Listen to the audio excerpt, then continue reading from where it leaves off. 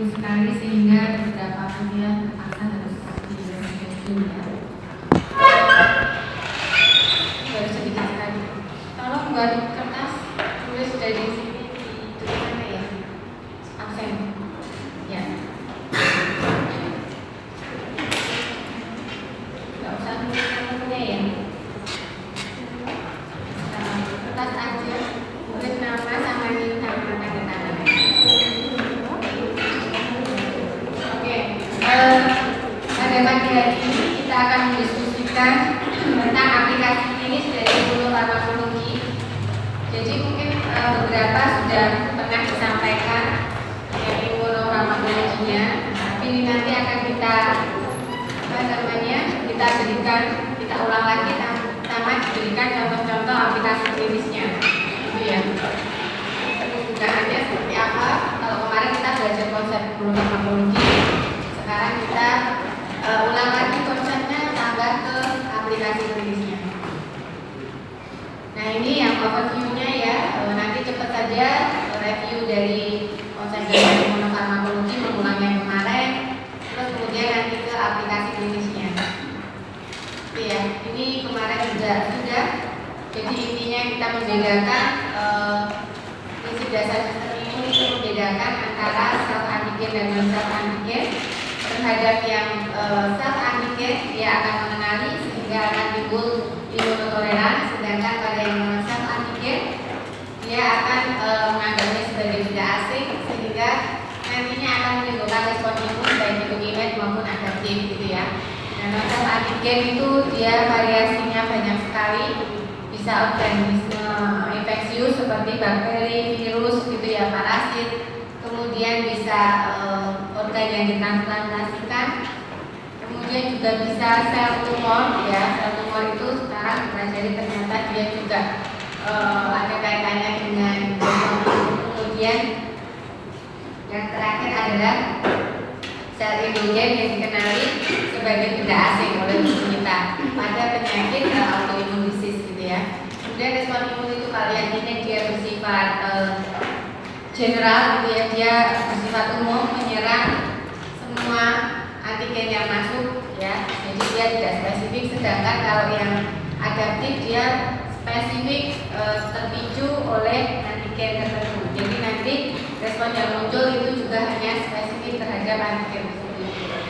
Nah, kemudian kalau yang ini itu terdiri dari fixed barrier, ada epidermis, kemudian ada mukosa, baik itu mukosa tractus respiratorius, kemudian mukosa tractus ya, gastrointestinal tractus gitu ya, kemudian juga ada lisosim, itu disebut sebagai fixed barrier. Kemudian di bawah yang barrier itu ada yang respon imun yang seluler ya, komponen yang seluler itu seperti polimorfonuklean, makrofag, kemudian juga dendritik. Nah, kemudian juga ada yang humoral yaitu sistem komplement gitu ya. Nah, kalau ini sudah bisa mengatasi ya udah selesai. Tapi kalau belum ya antigen itu masih bisa mengatasi ini, berarti nanti lanjut ke respon imun yang adaptif diperantarai oleh APC yaitu sel makrofag dan juga sel dendritik. Nah, yang adaptif ini ada limfosit T sama limfosit B dan juga antibody gitu ya. Nah, ini kemarin aktivasi sel B juga kita ingat lagi karena nanti banyak aplikasi-aplikasi imunofarmakologi itu yang menggunakan komponen-komponen yang ada di sini gitu ya. Jadi yang pertama itu adalah sinyal yang pertama, ini adalah sinyal aktivasi di mana ada antigen masuk akan ditangkap oleh APC, dipecah-pecah menjadi fragmen peptid, kemudian dia akan diikat oleh MHC, kemudian dipresentasikan ke permukaan sel APC di sini. Nah, kompleks MHC sama fragmen peptid itu akan dikenali oleh sel reseptor kepunyaannya sel ini ya. Nah, terus kemudian itu menimbulkan sinyal aktivasi. Nah, sinyal aktivasi ini tidak mencukupi, dia harus dikuatkan dengan sinyal co-stimulatory molekul atau sinyal yang kedua. Di situ antara molekul CD28 punya sel T akan diikatkan dengan molekul B7 punyanya APC. Nah, itu menimbulkan respon survival dari sel T yang telah teraktivasi tadi. Nah terus kemudian sel T itu kan dia subsetnya banyak sekali ya. Nah itu nanti lanjut ke sinyal yang ketiga, sinyal diferensiasi. Itu tergantung dari sitokin yang dihasilkan oleh APC. Nah sitokin yang dihasilkan oleh APC itu tergantung oleh antigen yang memang tadi diproses oleh APC itu gitu ya. Nanti akan mengarahkan kalau dia itu akan menjadi interleukin 2 dan interferon, nanti akan mengarahkan ke diferensiasi sel itu ke sel helper 1, sehingga nanti akan memicu respon imun yang seluler ya. Sedangkan kalau yang APC nanti dia merilis interleukin 4 misalnya, dia akan menyebabkan sel T ini berdiferensiasi ke arah sel T helper tipe 2. Nah ini akan memicu proliferasi dan diferensiasi sel B untuk menghasilkan sel plasma dan akan menghasilkan antibodi. Itu akan memicu ya respon imun humoral gitu ya. Ini adalah mekanisme aktivasi dari sel T. Nah nanti ada komponen-komponen yang ada di sini itu yang digunakan untuk pengembangan imunofarmakologi dan digunakan diaplikasikan di klinis ya untuk berbagai macam penyakit. Misalnya ada CG3 komponen sel T reseptor ya, dia menutupi sel T di sini sehingga proses sinyal satu ini dihambat. Kalau sinyal satu dihambat, otomatis sinyal yang lainnya juga akan terganggu sehingga proses proliferasi sel T juga terganggu. Itu digunakan untuk misalnya autoimun ataupun juga untuk menolak mencegah penolakan dari organ transplant misalnya gitu ya. Kemudian juga ada misalnya di sini kan sel T ini untuk dia proliferasi itu juga dia akan menghasilkan interleukin 2 ya. Nanti akan berkaitan dengan reseptor interleukin 2 yang ada di permukaan sini bersifat autokrin, sehingga kadang ada antibodi imunofarmakologi itu yang menggunakan itu interleukin 2 dari luar gitu. Dia proliferasi sel T itu lebih masif, misalnya digunakan untuk penanganan kanker gitu ya. Adalah contoh-contoh aplikasi dari imunofarmakologi. Nah ini kemarin juga sudah, artinya gangguan sistem imun itu ada hipersensitivitas jika dia berlebihan, kemudian jika dia salah ada autoimun, jika dia kurang itu imunodefisiensi gitu ya. Nah kemudian juga cancer itu ternyata patogenesisnya juga terkait dengan gangguan sistem imun juga, ada peran gangguan sistem imun di situ. Sehingga ini bisa diatasi dengan imunofarmakologi ya. Kalau dia berlebihan sama salah diberikan supresor ya. Kalau dia kurang diberikan imunostimulator, termasuk untuk yang imunoterapi kanker ini. Karena pada kanker kita butuh sel imun itu untuk bekerja lebih masif untuk menyerang dari sel kanker gitu ya. Jadi sudah kita masuk ke imunosupresor ya. Dia digunakan untuk menekan respon imun gitu ya, digunakan untuk mencegah penolakan jaringan sama untuk autoimun gitu. Ada yang konvensional sama ada yang radioterapi. Nah imunosupresor itu adalah obat-obatan yang bisa menekan sistem imun gitu ya. Nah ini digunakan untuk pencegahan tadi, menolak penolakan jaringan pada transplantasi, autoimun, alergi gitu ya. Nah, ada juga pada semua kondisi di mana sistem imun itu bekerja terlalu berlebihan, maka itu harus diberikan imunosupresif. Nah ini kemarin obat-obatan yang tergolong imunosupresor ya, cepat saja ada yang bersifat konvensional, ini yang bersifat targeted terapi gitu ya. Nah yang konvensional kemarin ada inhibitor ekspresi limfosit, corticosteroid, kemudian inhibitor jalur sinyal limfosit, intinya nanti dia akan menghambat rilis daripada interleukin 2 oleh sel T yang teraktivasi gitu ya. Ada inhibitor calcineurin sama mTOR. Kemudian yang langsung menyerang sel T itu adalah yang obat-obatan ini ya, sitotoksik ini seperti siklofosfamid, azathioprine sama diclofenac ya. Nah kemarin ini ada golongan aggravating agent, ada antimetabolit gitu ya, itu tergolong yang sitotoksik. Nah kemudian kalau yang targeted terapi itu ada yang target antigen di permukaan sama yang di sirkulasi kemarin, ada yang poliklonal sama monoklonal kemarin ya. Nah ini obat-obatan imunosupresan ya, ada kortikosteroid, ada tadi penghambat jalur sinyal sel T tadi ya, menghambat produksi interleukin 2 tadi. Kemudian ada yang sitotoksik tadi sama antibodi. Nah ini kemarin sudah pernah ya, cepat saja intinya di sini ada yang normal itu ya. Tadi setelah sinyal yang pertama maka akan memicu inflak CA masuk ke dalam sel ya. Ini akan membentuk kompleks dengan imunofilin ya, dengan kalsinumerin, kemudian mengaktifkan kompleks ketiganya itu akan mengaktifkan ini ya, apa namanya?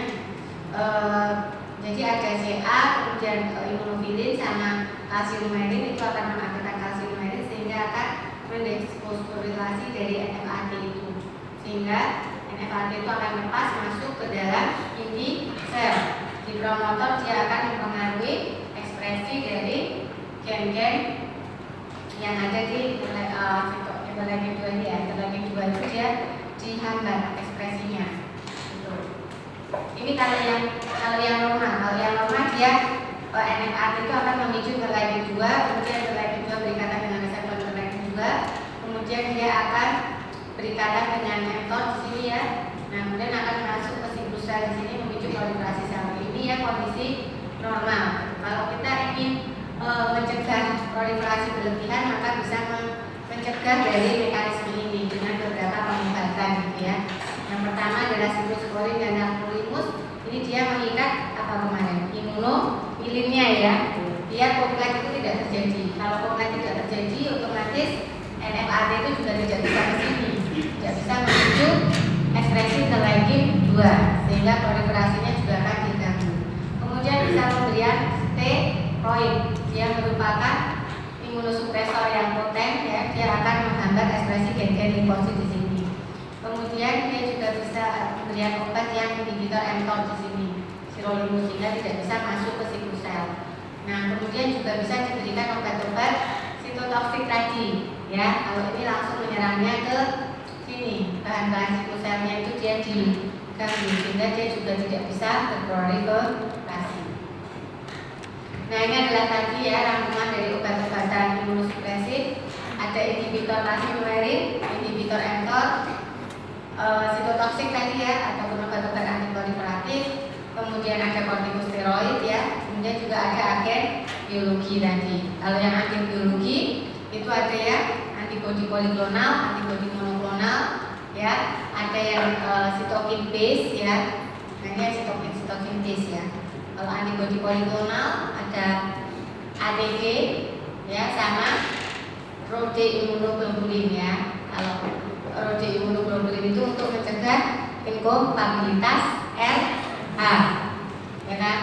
Terus ini ada antibodi anti-CD3, kemudian ada antagonis interleukin 2 reseptor ya, dia menutupi reseptor interleukin 2-nya sehingga tadi menghambat proses proliferasi, karena untuk proliferasi sel dia juga butuh interleukin 2 tadi yang ketemu dengan reseptornya.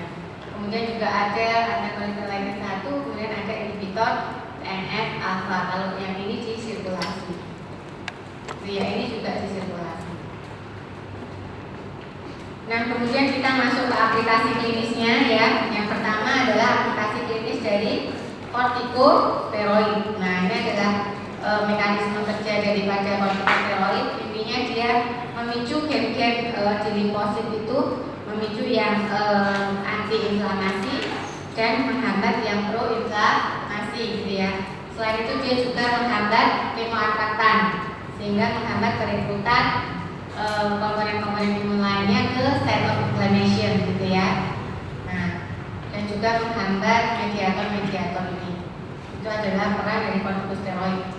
Ini adalah aplikasinya ya, bisa untuk hipersensitivitas tadi, bisa untuk asma, urtikaria gitu ya, juga bisa untuk autoimmune disease, SLE, inflammatory bowel disease ya, trombositopenia purpura, idiopatik trombositopenia purpura gitu ya, dan lain-lain.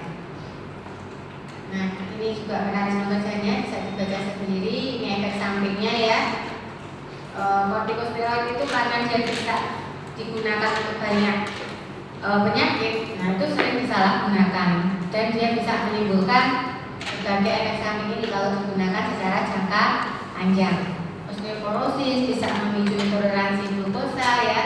Maka kalau orang DM itu dia hati-hati pemberian kortikosteroid. Itu kalau pada orang gagal jantung pemberian kortikosteroid juga hati-hati karena bisa memicu retensi cairan juga gitu ya. Nah, makanya kenapa dalam kita mengobati pasien selain penyakit yang saat ini itu juga kita harus tanya apakah ada penyakit-penyakit penyerta. Karena kadang itu nanti juga akan ikut menentukan kita dalam memilih pengobatan yang akan diberikan, gitu ya. Nah ini adalah efek sampingnya lagi dari kortikosteroid, ya bisa dibaca sendiri.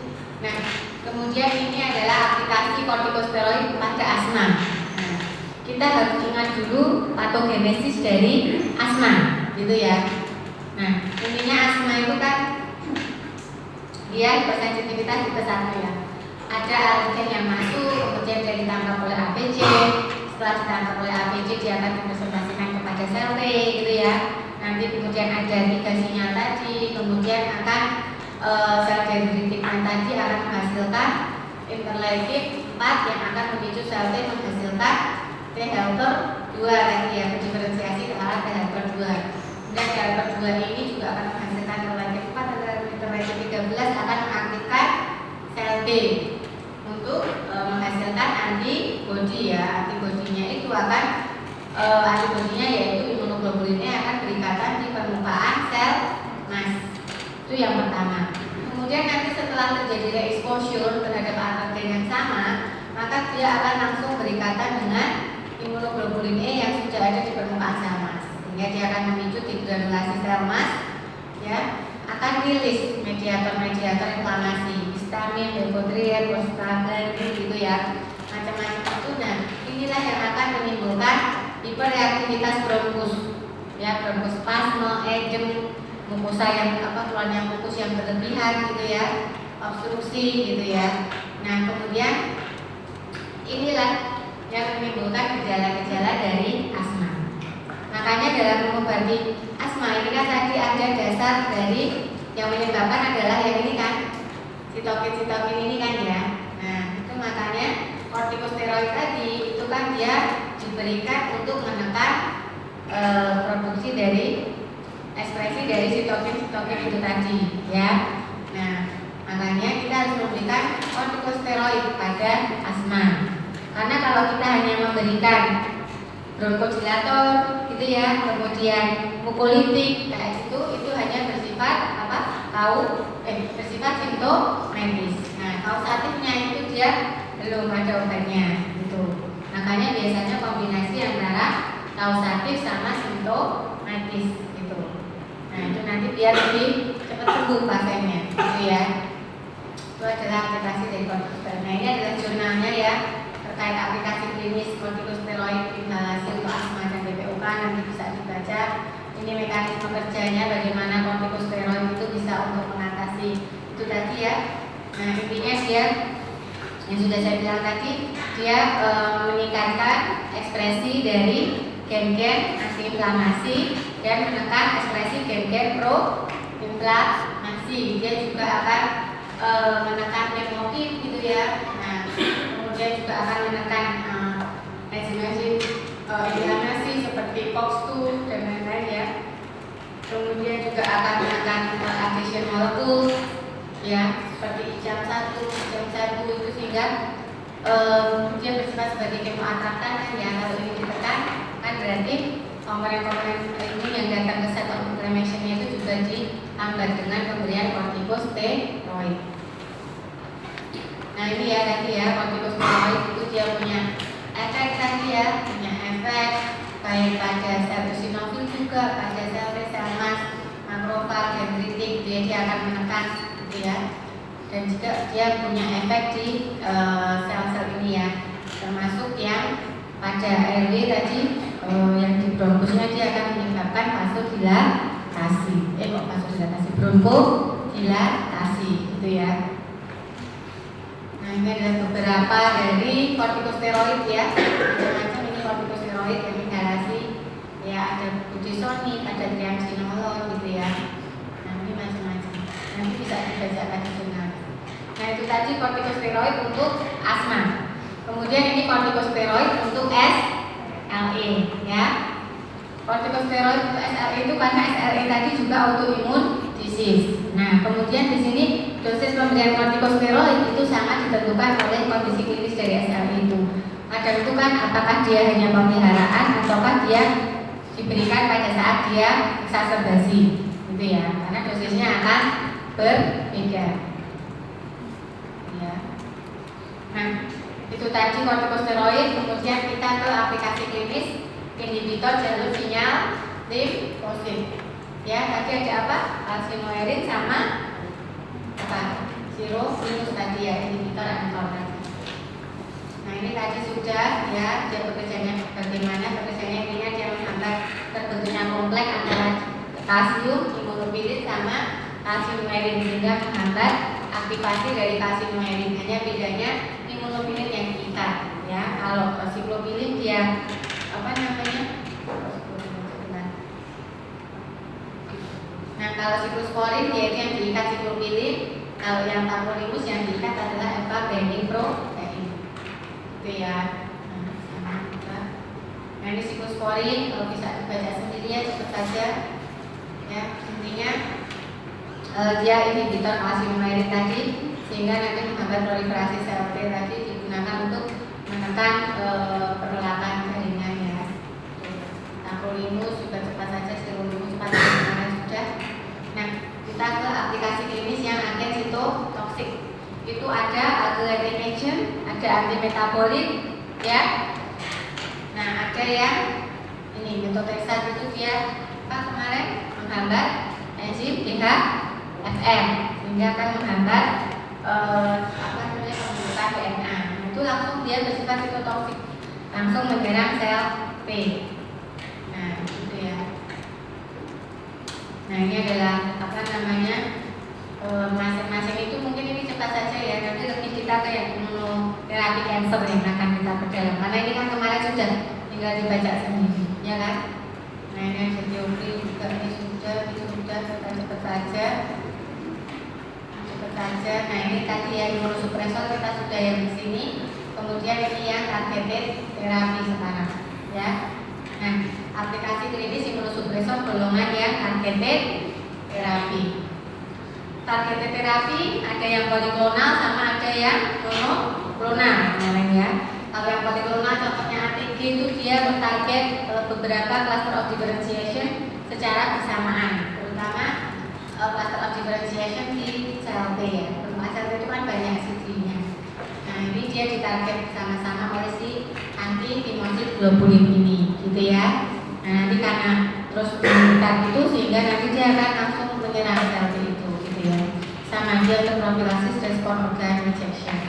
Nah kemudian kalau yang monoklonal tadi ada antibodi CD3 tadi, dia merupakan komponen reseptor sel T tadi ya. Nah sehingga proliferasi sel T itu pengenalannya itu dihambat, otomatis proliferasinya juga akan dihambat. Nah itu ini adalah salah satu contoh jurnalnya terkait aplikasi klinis dari antibodi anti CD3 tadi. Jadi ternyata dia juga mulai diteliti masuk ke clinical trial ya untuk diabetes mellitus tipe 1 ya. Jadi diabetes mellitus tipe 1 itu kan patogenesisnya dia juga autoimmune disease ya. Jadi di situ apa namanya sel beta pankreas itu dikenali sebagai benda asing sehingga diserang ya, sehingga dia rusak, sehingga kemampuannya untuk menghasilkan insulin itu sangat minimal gitu. Nah sehingga ini diteliti kemungkinannya untuk diberikan antibodi anti CD3 tadi itu ya. Tapi kalau yang diabetes mellitus tipe 2 nggak bisa diberikan ini karena patogenesisnya berbeda. Kalau yang diabetes tipe 2 dia patogenesisnya apa? Dasarnya apa? Ya, resistensi insulin. Jadi di situ dia nggak berpengaruh, insulinnya tetap diproduksi, tapi reseptor insulinnya dia kepekaannya berkurang, gitu ya. Nah jadi bukan di pemroduksi insulinnya yang bermasalah, tapi di reseptor insulinnya. Itu kalau DM tipe 2. Kalau DM tipe 1 yang bermasalah memang di pabrik dari insulin itu, karena terjadi proses autoimun tadi gitu ya. Nah, sehingga diberikan antibodi anti-CD3. Nah, kemudian contoh yang lain lagi antibodi anti-CD25. Kalau CD25 dia komponen reseptor interleukin 2 tadi ya, sehingga nanti proliferasinya akan dihambat, proliferasi sel. Nah, ini adalah contoh aplikasi dari antibodi anti-CD25 ya untuk multiple sclerosis. Multiple sclerosis itu dia lah juga autoimun disease ya. Sehingga pada kondisi itu kita ingin respon imun itu tidak terlalu berlebihan dalam bekerja, sehingga harus ditekan. Salah satunya dengan pemberian antibodi anti-CD25.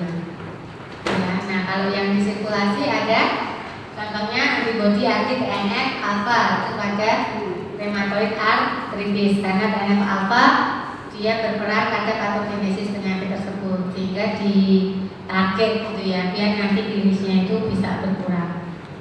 Nah, ini adalah contoh jurnal yang menyampaikan terkait aplikasi dan evaluasi dari antibodi anti-TNF alpha untuk rheumatoid arthritis. Ini bisa baca sendiri ya. Nah, kemudian kalau ini yang RHD immunoglobulin tadi ya, ini diberikan untuk profilaksis ya. Yang harus diingat ini profilaksis. Jadi begitu ibu itu sudah diketahui dia dia mengandung anak yang RH-nya itu positif ya, anak suaminya RH positif, ibunya RH negatif, anaknya itu RH negatif gitu ya. Nah, anaknya itu RH positif, dan berarti kan nanti setelah lahir di ibu itu kan akan terbentuk antibodi ya, antibodi anti RH itu. Nah, sehingga diberikan si RHD immunoglobulin itu. Jadi dia mentarget antibodi RH yang ada di ibu itu, biar bersih lagi sirkulasinya, sehingga nanti kalau dia hamil yang kedua itu tidak ada antibodi. Jadi yang siap untuk menyerang antigen janinnya gitu ya. Jadi ini bersifat profilaksis gitu. Yang perlu diingat itu ya. Yang diserang adalah antibodi RH yang terbentuk di sirkulasi ibu.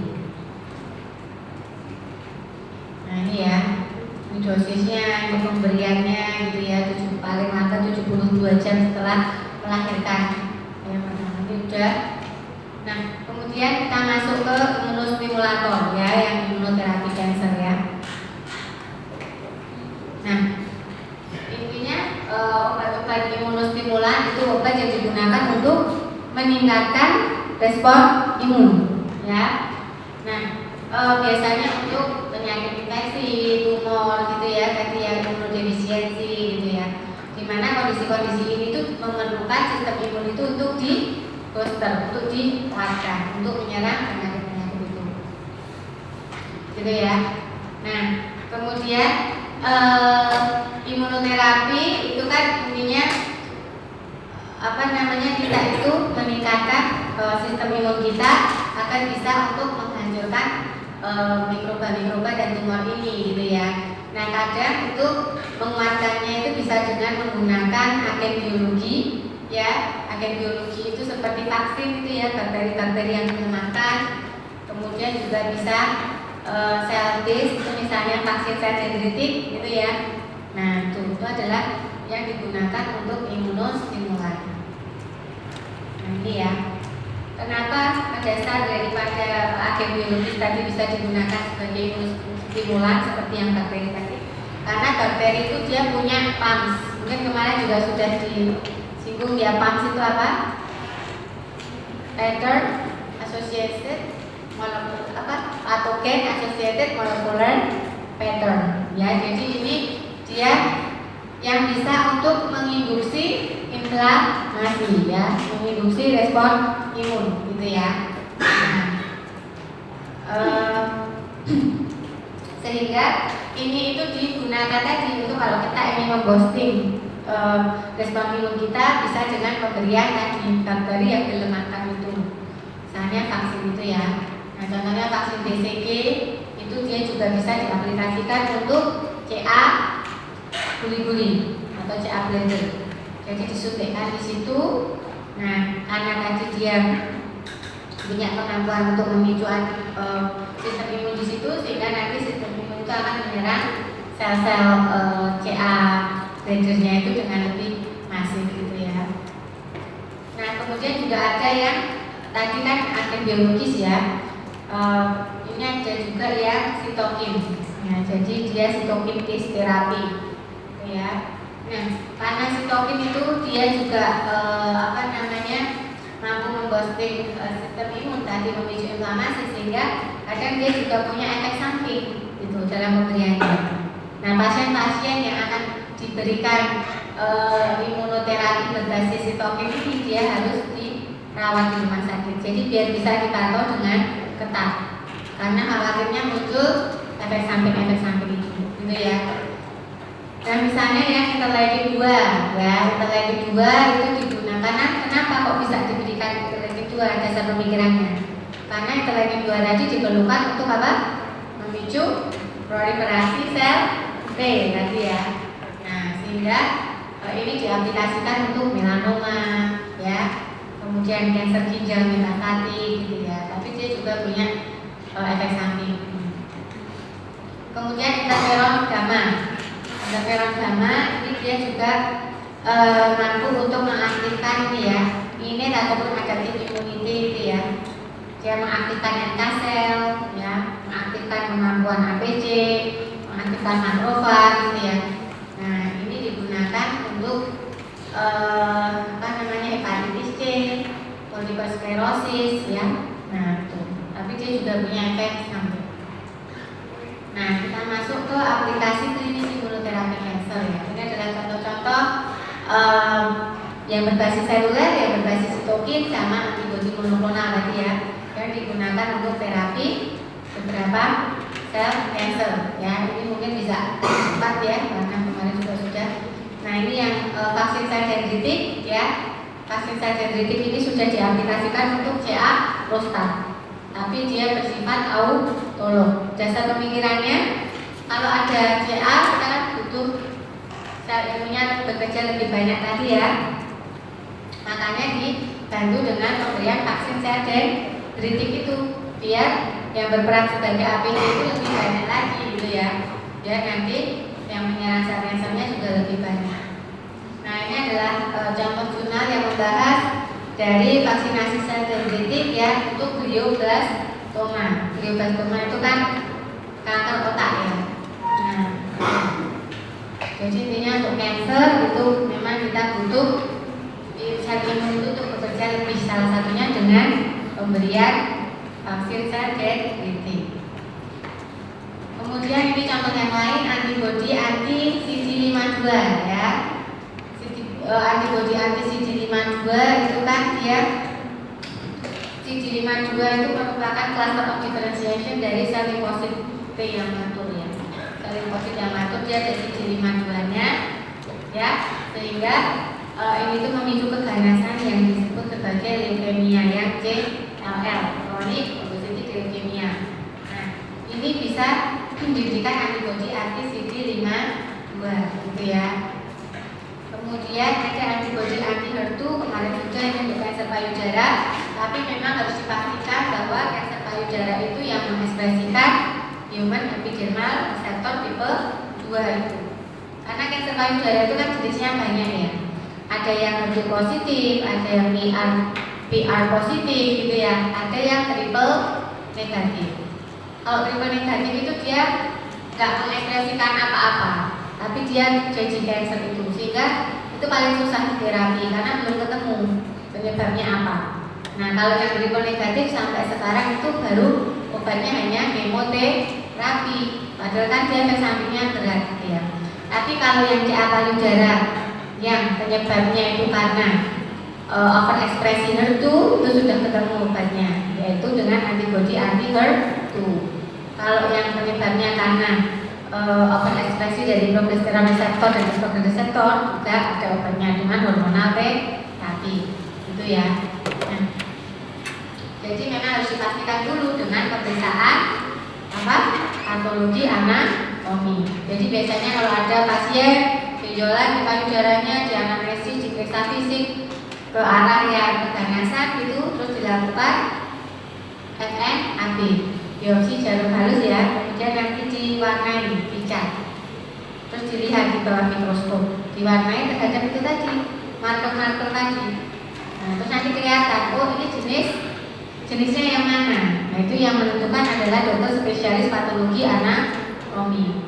Nah, itulah nanti yang akan digunakan sebagai dokter pedoman dokter bedah untuk memberikan terapi pada pasiennya, gitu ya. Jadi dokter spesialis patologi anatomi itu walaupun nggak ketemu pasiennya, itu dia juga sangat menentukan nantinya gimana hasil terapinya itu, gitu. Karena dia yang melihat jenis sel kansernya itu apa, gitu ya. Sama kayak dokter spesialis radiologi itu mungkin nggak ketemu pasiennya secara langsung, tapi dia itu yang membaca, gitu ya. Jadi nanti dia yang akan ikut menentukan keberhasilan pemberian terapi, karena nanti dokter yang merawat itu kan akan menggunakan informasi-informasi itu untuk menentukan tata laksana selanjutnya. Ya, ini tadi disebut sebagai konsep individualisasi terapi tadi ya. Nah, ini adalah contoh lain lagi imunoterapi untuk kanker kolon, ya, dan juga head and neck cancer dengan antibodi anti HER2. Jadi ternyata kanker kolon sama head and neck cancer itu juga ada yang patogenesisnya itu terjadi karena overekspresi dari HER2, Human Epidermal Receptor tipe 1. Maka diberikan yang antibodi anti HER2. Ini harus dipastikan dulu bahwa dia memang overekspresi HER2, baru bisa dikasih antibodinya itu. Ya, nah ini dia ada banyak ekspresi HER2, kemudian dia nanti diberi antibodi anti HER2. Kemudian ada antibodi VEGF, ya. VEGF itu apa? Vascular Epithelial Growth Factor. Ya, dia yang berperan untuk neovaskularisasi pada sel kanker, yang memberikan suplai makanan pada sel kanker. Nah, sehingga ini juga menjadi target terapi, karena kalau ininya nggak ada kan berarti nanti pasokan makanan untuk sel kanker juga diganggu ya, sehingga sel kanker bisa mati. Ini adalah contoh jurnal ya, anti VEGF untuk colorectal cancer. Tapi harus dipastikan bahwa yang colorectal cancernya ini memang yang jenis mengekspresikan VEGF yang berlebihan. Kemudian ada lagi imunoterapi kanker paru, ya. Jadi ternyata sel kanker ini pintar ya. Sel kanker itu pintar, dia itu tahu bahwa di sel T itu dia punya PD atau program death reseptor. Nah, yang untuk memicu apoptosis. Jadi sel T itu kalau dia merasa dia sudah tua atau dia ada yang salah proses replikasinya, itu kan nanti dia akan mengaktifkan program death tadi ya, sehingga akan terjadi apoptosis, ya kan? Nah, ini dimanfaatkan oleh sel kanker. Terus sel kanker itu dia bisa menghasilkan program death ligand yang akan berikatan dengan program death yang ada di permukaan sel T, sehingga menyebabkan sel T-nya itu apoptosis. Gitu ya. Nah, itu tadi patogenesis dari salah satu patogenesis dari CA paru, sehingga dikembangkanlah obat yang dia antibodi anti PD1 sama anti PDL1.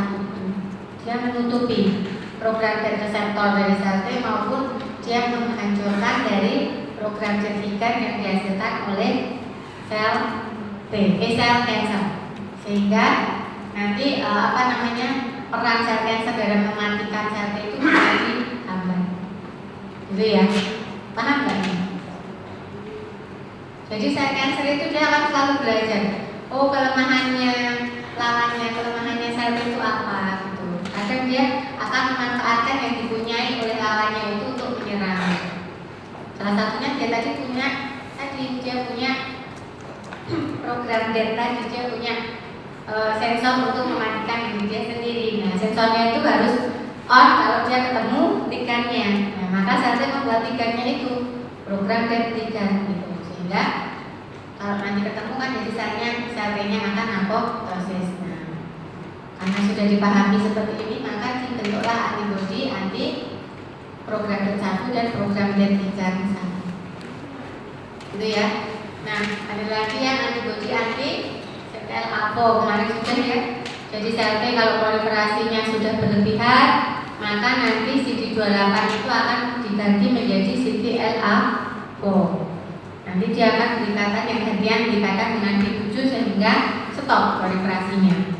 Nah, kalau pada kita ini sel cancer itu bekerja terus menerus, maka CTLA4-nya ini harus ditutupi, harus dilisiskan dengan antibodi anti CTLA4 hingga biar sel T itu proliferasi terus menerus untuk menyerang sel cancer.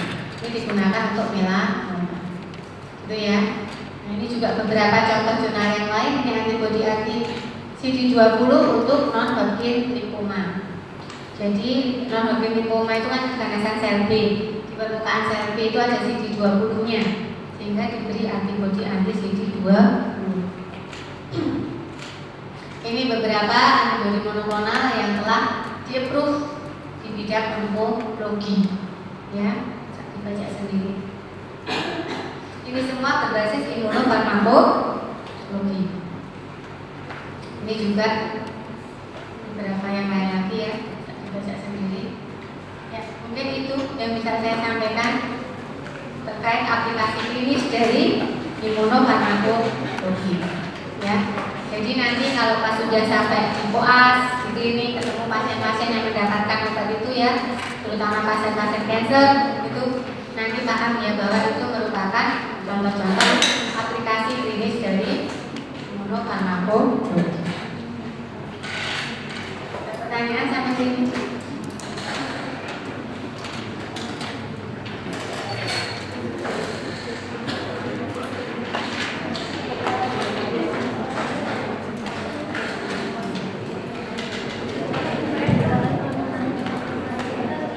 Nggak ada ya? Nggak ada pertanyaan ya? Ya, kalau nggak ada, semoga bermanfaat. Kemarin sudah disampaikan tentang obat yang digunakan untuk psikotoksik untuk leukemia. Kemudian yang ini adalah